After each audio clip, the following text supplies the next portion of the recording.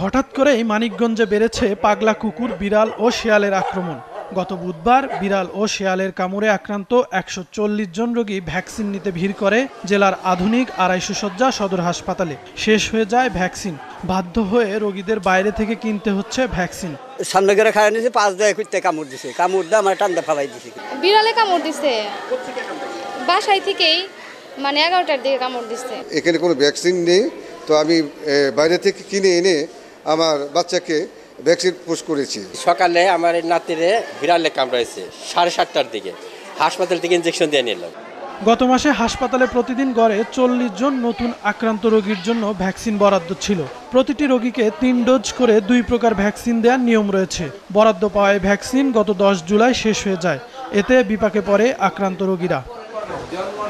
হঠাৎ করে রোগীর সংখ্যা বেড়ে যাওয়াতে ভ্যাকসিন সংকট জানালেন হাসপাতাল তত্ত্বাবধায়ক। সরকারের থেকে নির্ধারিত থাকে প্রতি জেলার জন্য যে প্রতি জেলাতে নর্মাল কি ডিমান্ডটা থাকে এবং সেই অনুযায়ী তাদের বরাদ্দটা দেওয়া থাকে।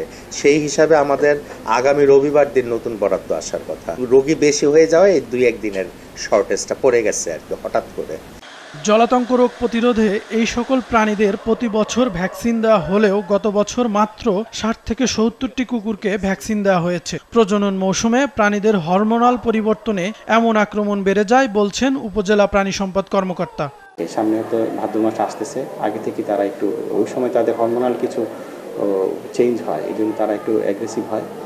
আর বিড়ালের ক্ষেত্রে যে জিনিসটা হয় যে বিড়াল হচ্ছে সাধারণত দিনের আলো যদি বেশি থাকে তাহলে ওই সময় তাদের একটু ব্রিডিং সিজন থাকে, এই জন্য তারা এই কাজটা করে।